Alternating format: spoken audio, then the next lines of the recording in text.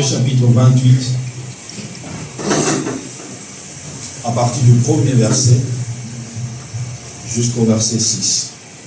Après le sabbat, à l'aube du dimanche, Marie de Magdala et l'autre Marie allèrent voir le tombeau. Soudain, il y eut un grand tremblement de terre, car un ange du Seigneur descendu du ciel vint rouler la pierre de devant l'ouverture et s'assit dessus. Il avait l'aspect de l'éclair et son vêtement était blanc comme la neige. Les gardes tombèrent de peur et devinrent comme morts. Mais l'ange prit la parole et dit aux femmes, « Quant à vous, n'ayez pas peur, car je sais que vous cherchez Jésus, celui qui a été crucifié. Il n'est pas ici, car il est ressuscité. » Est-ce que quelqu'un peut dire avec moi, « Il n'est pas ici, il n'est pas ici, car il est ressuscité. » Car il est ressuscité. Comme il avait dit. Comme il avait dit. Venez voir l'endroit où le Seigneur était couché. Et allez vite dire à ses disciples qu'il est ressuscité. Il vous précède en Galilée. C'est là que vous le verrez. Voilà, je vous l'ai dit. Amen. Amen. Que le Seigneur bénisse sa parole. Amen. Gloire au Seigneur. Je prends 1 Corinthiens chapitre 15 à partir du premier verset jusqu'au verset 7. Je vous rappelle, frères, l'évangile que je vous ai annoncé, que vous avez reçu, dans lequel vous avez persévéré, et par lequel vous êtes sauvés, si vous le retenez tel que je vous l'ai annoncé. Autrement, vous aurez cru en vain.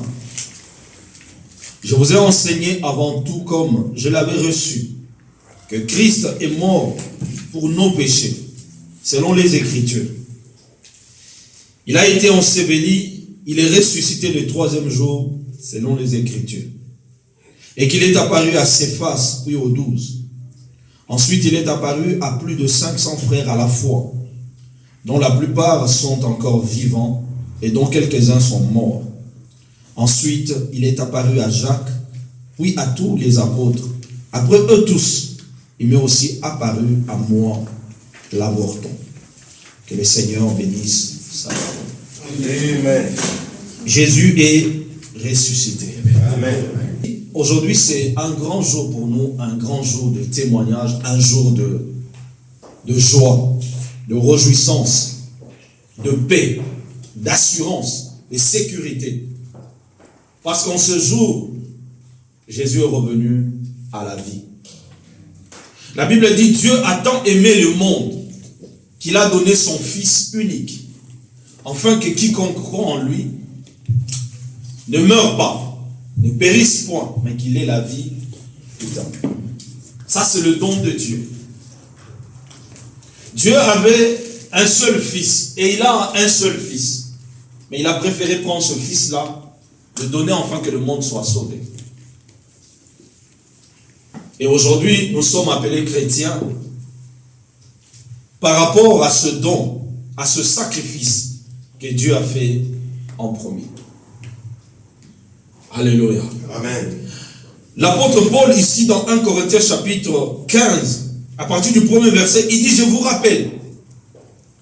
On rappelle à quelqu'un quelque chose qu'on lui avait déjà dit.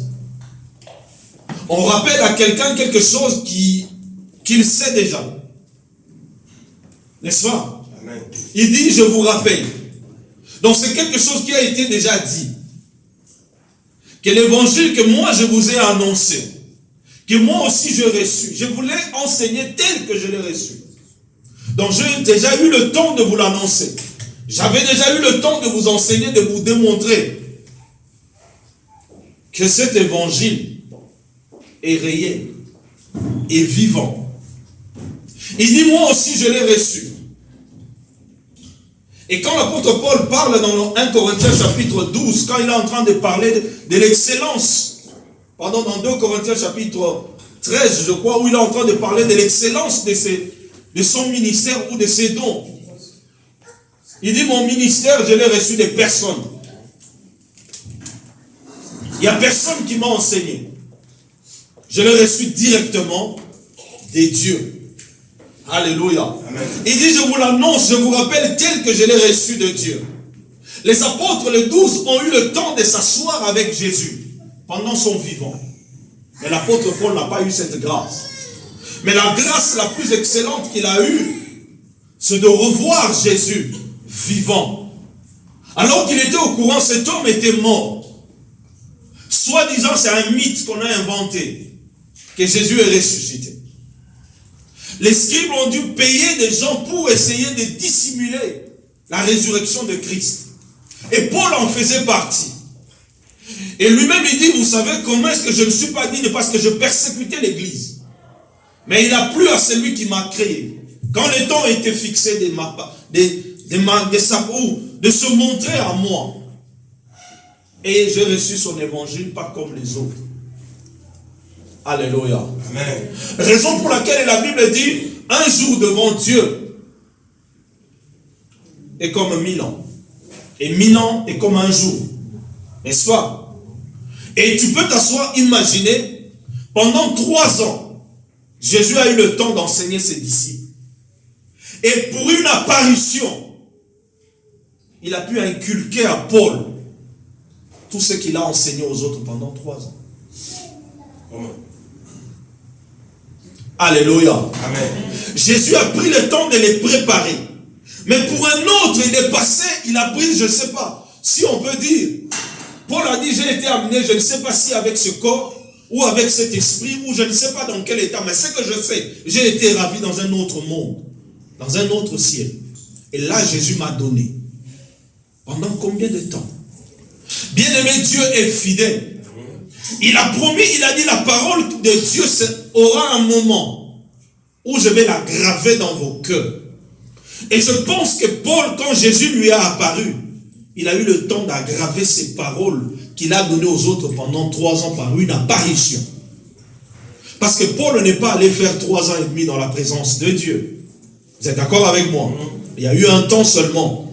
Mais pendant ce temps, c'est que l'apôtre Paul dit, l'apôtre Pierre lui-même, il dit, prenez le temps d'examiner tout ce que Paul dit, de peur de ne pas tordre ou de mal comprendre ce qu'il dit. C'est-à-dire les lettres de Paul étaient pertinentes. Et que l'apôtre Pierre lui-même, lui qui a vécu avec Christ, des fois il avait du mal à le décoder. Quelle excellence. Mais tout ça c'était quoi? Le don que Dieu a fait à l'humanité. Lui-même il dit, je ne suis pas digne d'être appelé apôtre, parce que je suis le moindre et le mauvais. Parce que je persécutais cette église par ignorance. Mais aujourd'hui, j'en parle parce que je l'ai reçu des personnes, de Dieu lui-même. Et il poursuit, il dit, l'évangile que moi je vous ai annoncé, si vous le gardez tel que je vous l'ai annoncé, bien aimé, nous devons garder l'évangile tel que nous l'avons reçu. Amen. Nous ne devons pas falsifier l'évangile. Aujourd'hui, je regarde le monde, j'ai dit le monde est en train de falsifier l'évangile. Comme dit le pasteur Désiré, Satan est en train de soutenir l'œuvre de Dieu. Ce n'est plus l'œuvre de Dieu.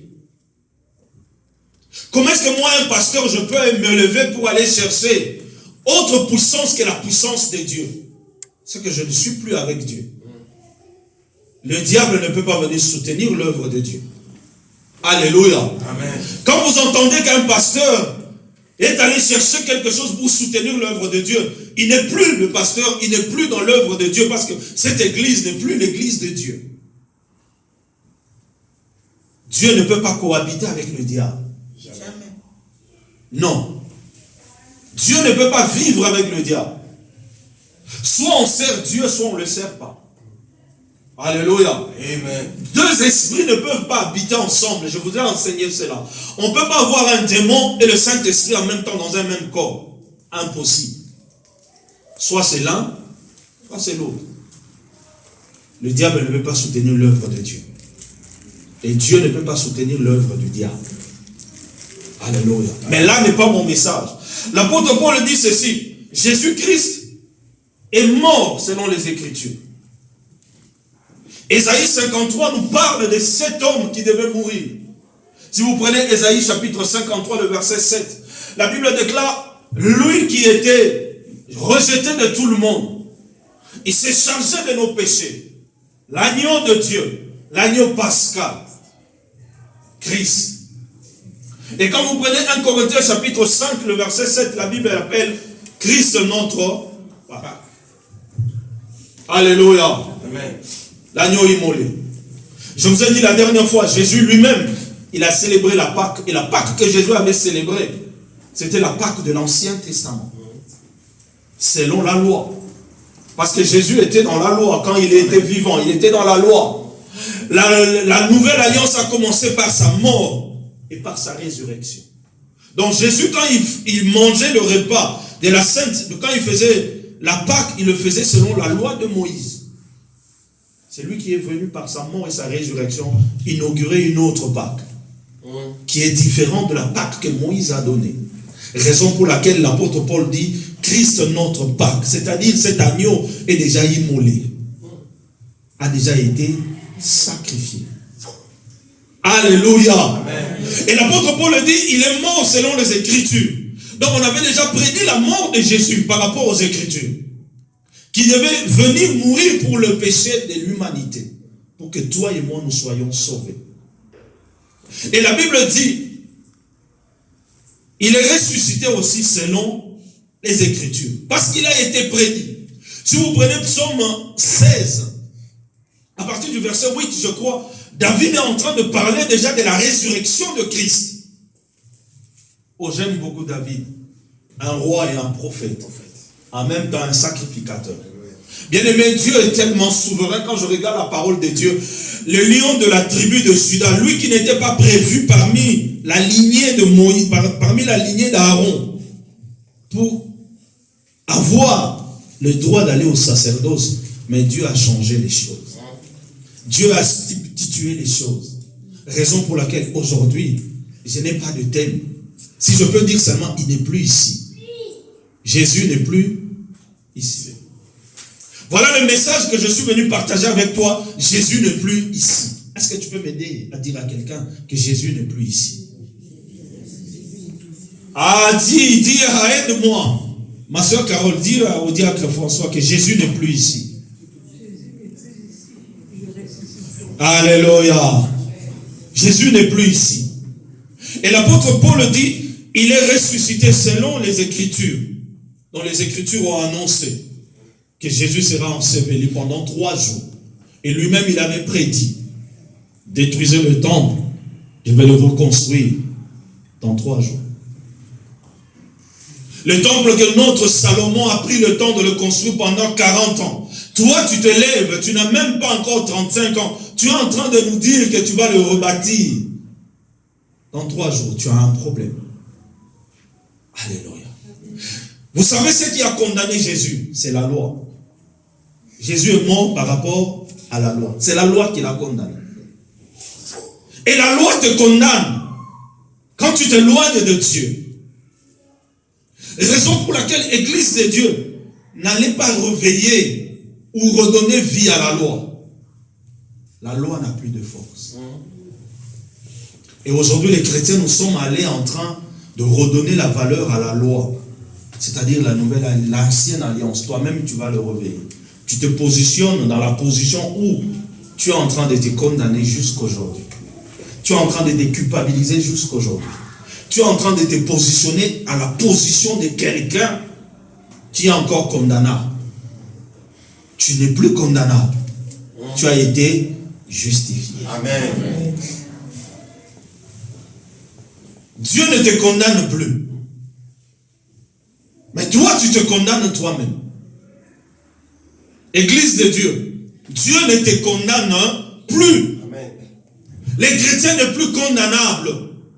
Mais aujourd'hui, on est en train de te faire dire que non, tu es encore condamnable par rapport au lien, par rapport à la famille, par rapport à ta vie passée, par rapport je ne sais pas à quoi. L'acte dont les ordonnances nous condamnent. Bien-aimés, lisons les Écritures. L'apôtre Paul dit, sinon, vous n'avez pas cru, ou vous aurez cru en vain, si vous vous écartez de ce que moi je vous ai annoncé. Amen. Alléluia. Amen. Et il poursuit. Il est apparu à Céphas, puis aux 12. Ça, c'est l'apôtre Paul qui dit. Mais là, nous voyons que Jésus, quand les femmes sont allées rendre visite, ou aller voir ce qui était normal selon leur tradition, qu'après un certain temps, ils doivent aller pour en se où, comment on dit, embaumer, c'est ça? Ou mettre de l'aromantes sur ce corps, c'était leur tradition. Ils ont pris des aromantes, tout ça. Ils savaient qu'ils devaient aller faire ça.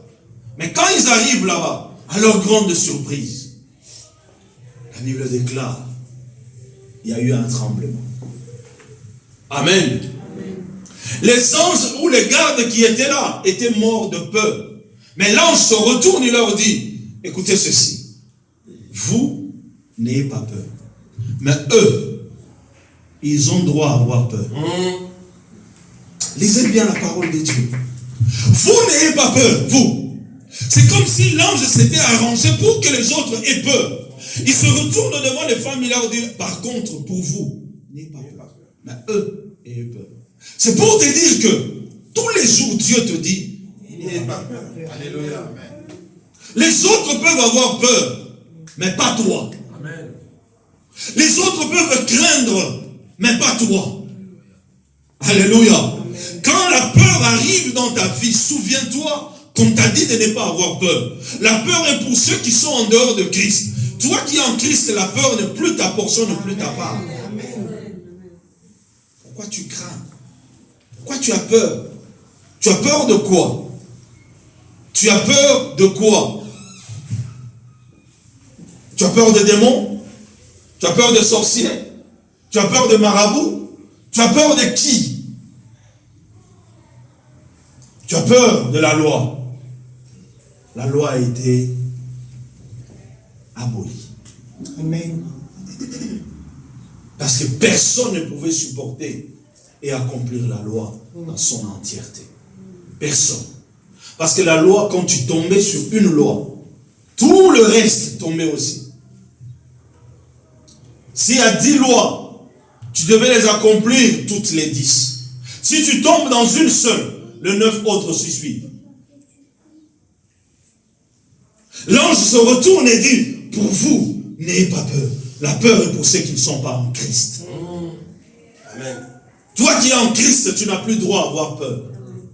La peur peut venir, mais crie au secours. Amen. Rappelle à Dieu les Écritures. Seigneur, tu m'as dit de ne pas avoir peur. Mais la peur est là. Le Saint-Esprit viendra. Il reviendra pour te redonner l'assurance. L'apôtre Paul poursuit, il dit, il y a une chose que Jésus devait faire. Son frère Jacques posait un problème. Son frère posait un problème. Tu es né avec quelqu'un. Ton frère, vous avez peut-être joué ensemble. À un moment donné, il t'a giflé. C'est comme aujourd'hui, Japheth qui se présente à Lorenzo dit, Lorenzo, je suis le Christ. Japheth va dire à Lorenzo, tu as un problème. N'est-ce pas? Parce qu'ils se connaissent. Ils se disputaient peut-être le gâteau. Et du jour au lendemain, tu te lèves, tu prétends être Christ. Le jour que tu vas encore dire ça. Vous savez peut-être, nous, on néglige beaucoup de choses. On les prend à la légère, mais pour un juif, c'est sacré. J'ai essayé de discuter avec un juif. Quand j'ai cité le nom de Dieu, il m'a dit, regarde déjà, tu as cité le nom de Dieu combien de fois depuis qu'on est ensemble. Et lui, il a utilisé les dérivés de Dieu sans pour autant citer Yahvé. Parce qu'il m'a dit, on ne cite jamais ce nom en vain. Mais toi, depuis qu'on est avec toi, tu essaies de discuter avec moi. C'est à la gare de Bruno. Combien de fois tu as prononcé le nom de Dieu? Combien de fois? Mais toi, tu prétends me dire que grand frère, je suis le Christ. Petit, je suis le Christ. Tu as un problème. Et Jacques a vu Jésus. C'est que je vous disais que c'était un imposteur. Voilà ce qui lui arrive. Là, on est en train de l'accuser. On l'a amené. On est en train de le crucifier. Il a vu Jésus être mis au tombeau. Et quand on est venu leur dire que Jésus est ressuscité, ils ne croyaient pas. Jusqu'à ce que le Christ pour venir se justifier. Bien aimé, il y a un moment donné, nos paroles doivent s'arrêter. La démonstration de la puissance de Dieu doit parler plus que nos paroles. Les évidences de la présence de Dieu doivent parler plus que tout. Parce que tu as trop expliqué ton Jésus. À un moment donné, il faut que les actes, les choses se voient pour que les gens disent que réellement ils marchent avec Dieu. Il est apparu à Jacques. Petit, c'est moi. Quand Jacques l'a vu, il a cru. Regarde là où on m'a percé. Regarde, je suis là. Les stigmates sont là. Les preuves sont là. La Bible dit Jacques a cru. Et lui qui a cru, il est devenu le rempart de l'église. Bien aimé, il y a certaines choses, quand les choses arrivent, les images sont là. La démonstration, les signes sont là. Tu es prêt à mourir parce que tu étais témoin, tu as vu. Et Jacques a écrit un livre en son nom. Quand vous lisez les livres de Jacques, ce qui parle, c'est plus fort. Ce qu'il dit est plus fort parce qu'il était témoin, il a vu. Aujourd'hui, je suis venu parler à l'église pour te dire que Jésus n'est plus là, au tombeau. Il n'est plus ici. Amen. Il est ressuscité. Amen. Il est vivant. Amen. Et comme il est vivant, toi aussi tu dois vivre. Amen. Alléluia. Amen. Et ensuite, il dit, il m'est apparu à moi, l'avorton. C'est-à-dire un rejeton, un rien. À moi, l'apôtre Paul. Et je suis en train de vous parler parce que moi qui persécutais l'église autrefois, je pensais être dans le bon chemin. Mais là, je l'ai vu. Il m'est apparu. Je l'ai touché. J'ai parlé avec lui. J'ai discuté avec lui. Et il m'a dit que je devais souffrir plus que les autres. Et l'apôtre Paul, quand il souffrait, il savait pourquoi il souffrait, parce qu'on lui a dit qu'il devait souffrir. Alléluia. Amen. Mais mon message aujourd'hui est venu pour te dire, quand nous prenons la Bible dans le livre de Matthieu, nous venons de lire, la Bible dit après le sabbat, à l'aube du dimanche, Marie de Magdala et l'autre Marie allèrent voir le tombeau. Ils sont allés chercher qui? Jésus. Ils sont allés chercher qui? Un mort. Ils sont allés chercher un mort. Bien aimé, un mort ne peut pas te donner la vie. Un mort ne peut pas te donner la vie. Le jeudi, nous étions dans un cimetière pour un enterrement d'une petite fille qui est décédée. Ma petite fille qui est décédée. La fille de mon oncle, disons de mon neveu.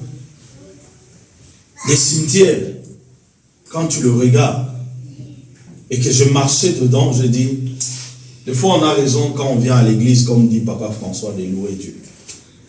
Un calme impossible. Si tu cherches le vrai calme, va là-bas. Si tu cherches le vrai calme, tu veux méditer, va là-bas. Assis-toi. Personne ne va te parler. Personne ne va te déranger. Parce que ceux qui sont là-bas, ils avaient des projets, ils avaient des visions, ils avaient des ambitions, ils avaient des rêves, peut-être plus que toi. Mais tant que toi tu es en vie, la Bible dit un chien vivant, vaut mieux qu'un lion mort. Pourquoi tu te décourages? Pourquoi tu t'abats? Je dis à mon âme, ne plus s'abattre. Les problèmes peuvent être là. Les problèmes, je peux les traverser, je ne vais pas les fuir, je vais les affronter. Mais tant que je vis, Amen. Le monde même dit, tant qu'il y a la vie, il y a espoir. Il y a l'espoir. Amen. Tant qu'il y a la vie, il y a espoir. Ah, j'aime les Ivoiriens. Tant qu'il y a la vie, il y a espoir. Non pas seulement il y a espoir, eux ils disent il y a espoir comme ça, mais nous il y a espoir avec Jésus. Amen. Si un païen peut croire à l'espérance, à combien plus forte raison Jésus est avec toi. Il t'a fait la promesse, il a dit, je ne t'abandonnerai pas, je ne te délaisserai point. Je serai avec toi tous les jours jusqu'à la fin de temps. Donc tu as plus à espérer qu'à désespérer.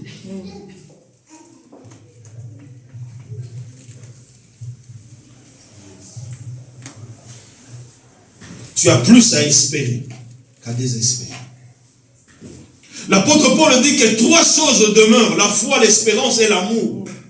Bien aimé, un chrétien qui perd de l'espérance, il perd tout. Si tu n'espères plus à rien, ta vie chrétienne est vide.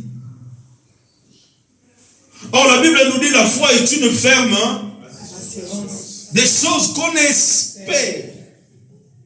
L'espérance. Tu espères quoi? Christ est vivant. Tu espères quoi? Christ est ressuscité. Tu espères quoi? Tu as toutes les raisons de réussir dans la vie. Tu as toutes les raisons de croire encore que c'est encore possible. Comme on dit chez nous, je ne suis pas venu accompagner les autres. J'ai dit à ma femme, le temps est arrivé d'arrêter de parler des autres. Le temps est arrivé. Alléluia. Le temps est venu qu'on parle aussi de moi. Le temps est venu qu'on dise aussi, qu'on parle aussi de Jean-Paul et que Jean-Paul parle des autres. Tu peux dire à quelqu'un, le temps est venu qu'on parle de moi. Ah, le temps est venu qu'on parle de toi.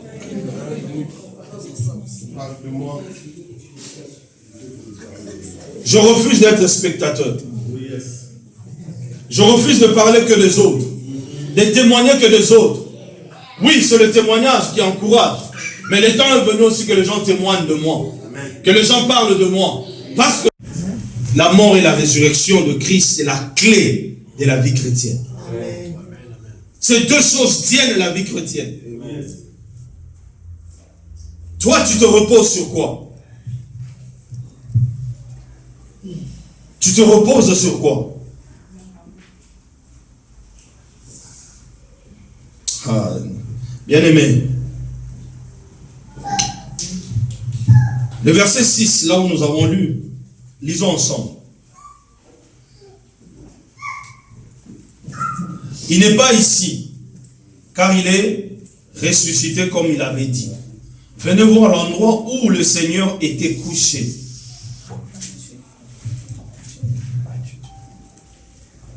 Ça, c'est les anges qui appellent les femmes. Il n'est plus ici. Venez voir l'endroit où il était couché. Et aujourd'hui, quand je vois des gens, que Dieu me pardonne, oui, que chacun a sa conviction et sa croyance. J'ai vu une vidéo, il y a un homme de Dieu qui est allé dans le tombeau de Christ en Israël. Il est arrivé là-bas, il priait en langue. Il dit, il ressent une puissance. Il ressent. Venez, vous savez. Qu'est-ce que tu vas ressentir? Parce que les anges ont dit, il n'est plus ici. Les anges, hein, la parole de Dieu. Mais toi, tu ressens. On affirme qu'il n'est plus ici. Il y a de cela 2000 ans. Toi, tu as eu la grâce dans ce siècle d'aller là-bas. Et tu arrives, tu dis que tu ressens. Tu ressens quoi? Parce qu'on dit qu'il n'est plus là. Si tu ressens que des... Tu ressens quoi? Parce qu'on dit que Jésus n'est plus là-bas. Toi, tu ressens quoi? Si ce n'est pas les démons, c'est quel autre esprit? Alléluia. Amen. La Bible dit dans le séjour de mort, le nom de Dieu n'est pas célébré. On ne te loue pas dans le séjour de mort. Dieu n'est pas le Dieu des morts. Dieu, il est le Dieu des vivants. Amen. Abraham et Isaac sont devant Dieu, ils ne sont pas morts. Même quand je serai mort devant Dieu, je ne suis pas mort. Je serai vivant. Parce que mon esprit sera devant Dieu. Raison pour laquelle Dieu dit, je suis le Dieu d'Abraham, d'Isaac et de Jacob dans tous les temps. Parce que eux, ils sont vivants. Dieu est le Dieu de vivants. Ceux qui sont morts en Christ ne sont pas morts. Amen. Ceux qui sont morts en Christ ne sont pas morts.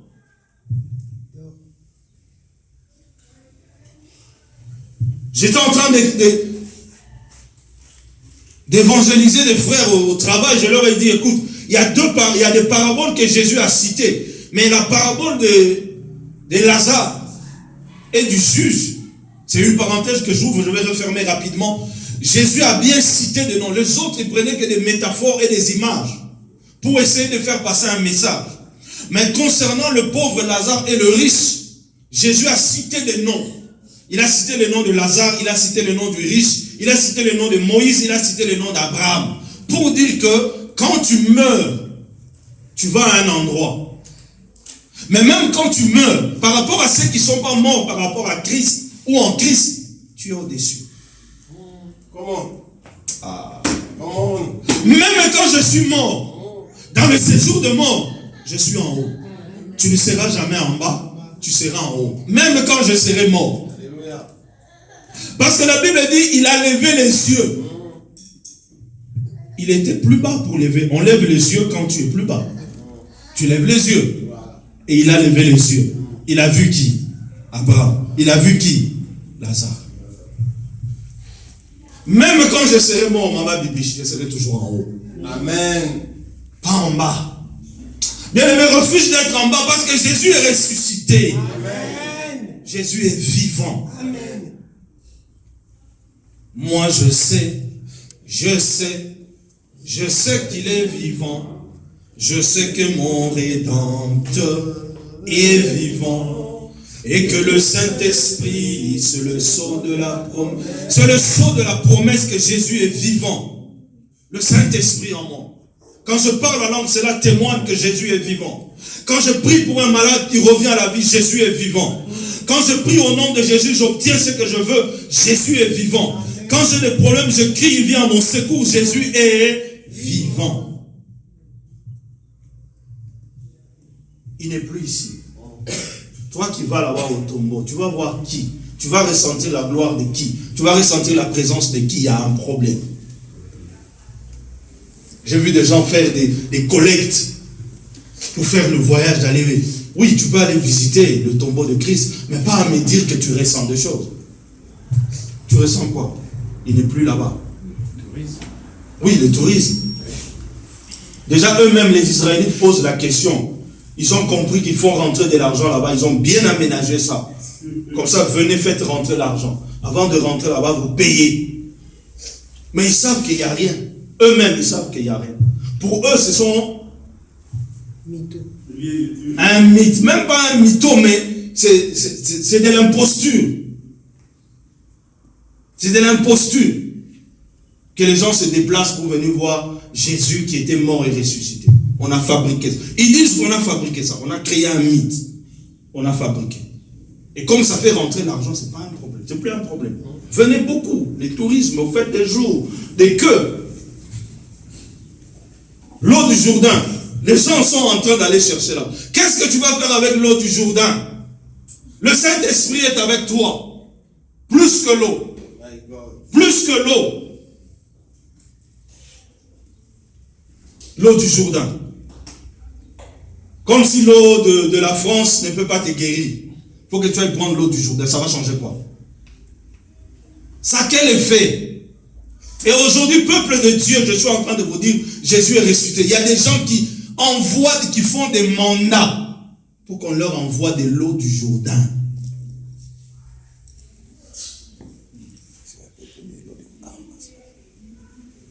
Dans les coins de murs, dans la maison. Sur la voiture, sur les enfants, sur les affaires. Ça va changer quoi l'eau du Jourdain? Jésus est là-bas. Non, parce qu'on l'a baptisé là. Mais le pécheur aussi, le baptême de la repentance a été fait là-bas par Jean. Non, Jésus a été baptisé là-bas. Donc les eaux du Jourdain.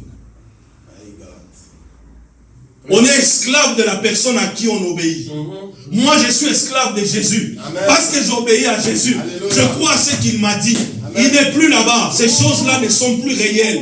Ces choses-là n'ont rien à voir avec la spiritualité. Alléluia.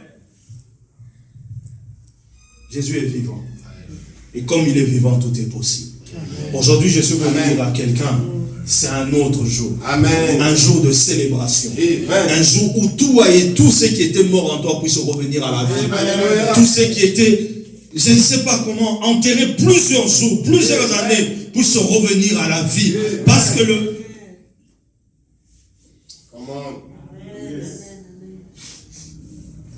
L'auteur de la vie est revenu à la vie. Alléluia.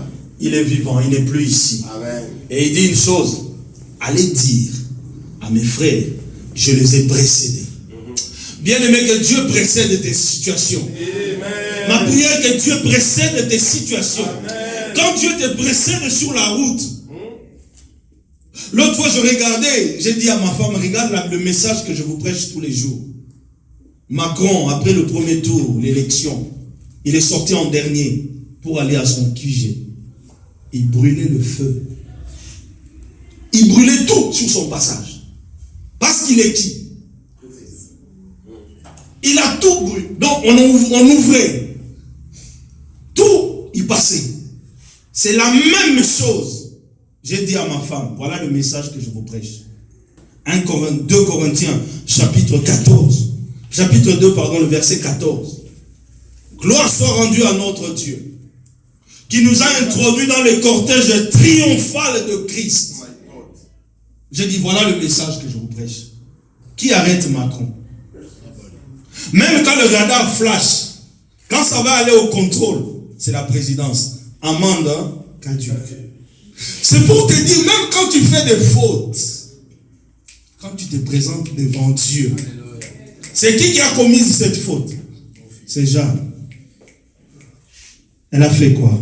Elle a demandé pardon. Kadiuk. Yes. Pourquoi? Parce que tu as un autre cachet, tu as une autre identité, tu as un autre témoignage devant Dieu.